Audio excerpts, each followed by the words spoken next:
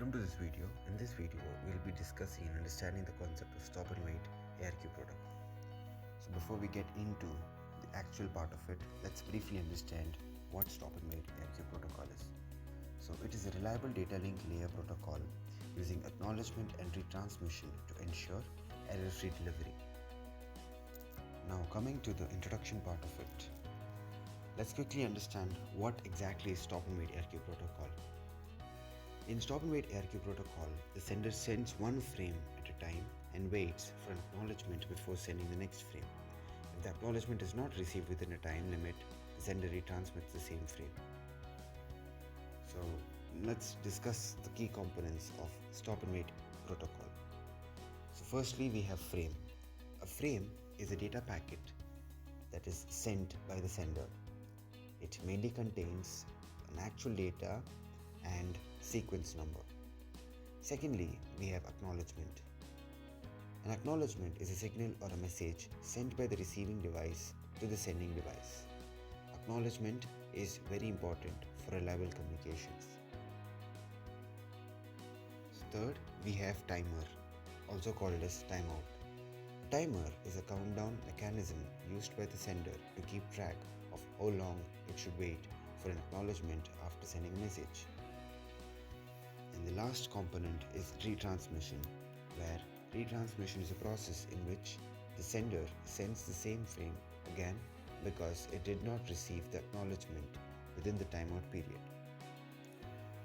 So now let's have a quick look at how the diagram of Stop-and-Wait ARQ protocol looks like. So here in the diagram you can see that there is sender A and receiver B, where sender A sends frames and receiver B receives those frames and sends back the acknowledgement.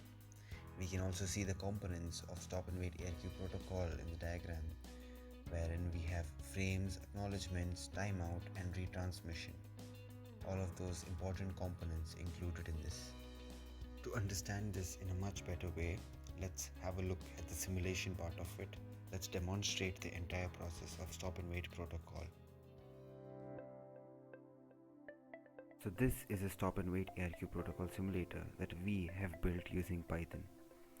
So through this, we are going to demonstrate 5 different scenarios of Stop-and-Wait ARQ protocol, wherein namely first one is normal transmission, second is frame loss and recovery, third one is acknowledgement loss and duplication detection, fourth one is corruption and checksum, and the final one is delay and late arrival.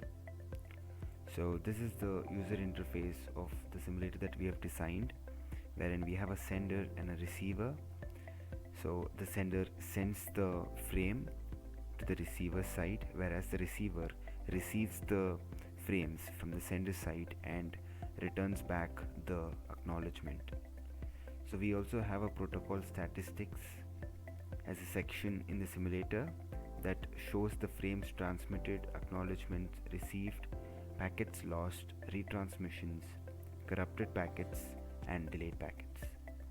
So we also have a event log and timeline that shows the time taken and all those things that is required when it comes to the transmission of frames from sender to receiver and acknowledgement from receiver to sender.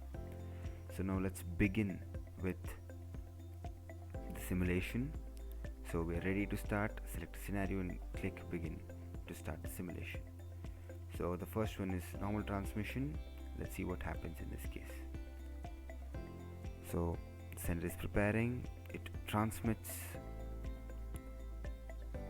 it is received, and finally sends back the acknowledgement. So I guess the speed here is too fast for us to understand. So let's kind of reduce the speed. So let's reset it. Let's see what happens now. So the sender is preparing. It sends the frame 0 to the receiver side. It receives the frame 0 and sends back the acknowledgement to the sender. So acknowledgement 0 is received and timer is stopped.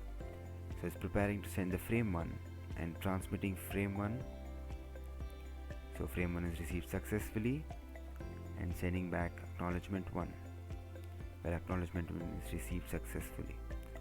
So the transmission therefore is completed. Hence here we have transmitted 2 frames and 2 acknowledgements. So this is a event log and timeline where we can see the milliseconds, how long it is taken for the frames to transmit from sender to receiver, and acknowledgement from receiver to sender. So now let's have a look at the different scenario, frame loss and recovery. So let's see what happens in this. So the sender is preparing to send, the frame is sent but is lost in the channel. The sender will be waiting for the acknowledgement and the timer is counting 3, 2, 1, and finally timeout occurs. So retransmission takes place, whereas the sender sends the frame to the receiver and receiver receives it and finally sends back the acknowledgement to the sender. Therefore, the transmission is completed and the recovery is completed. So this is about the frame loss and recovery. In this case, you see 1 frame is transmitted and 1 acknowledgement is received, but 1 packet is also lost, right? And also 1 retransmission takes place. So now let's go to the next scenario, that is acknowledgement loss and duplicate detection. So in this case, acknowledgement is lost, duplicate frame is detected and handled. So let's see how this is done. So sender is preparing, the sender sends the frame to the receiver, receiver receives it, and while sending back the acknowledgement is lost in the channel. So the sender will be waiting for the acknowledgement to arrive in the unreliable communication channel. The timer is running, finally timeout occurs. So retransmission takes place now.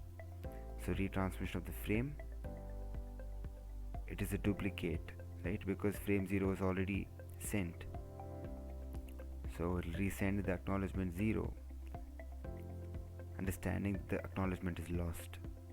So finally the duplicate is handled and the acknowledgement is also received. So this is how the acknowledgement loss and duplicate detection is done.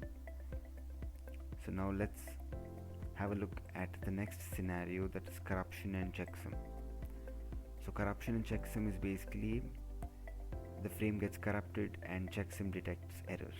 So let's see how this happens. So the sender is preparing, it sends the frame that is unfortunately corrupted. So frame 0 is corrupted, but the sender doesn't know this, right? Yeah, so the checksum fails and it discards at the receiver side.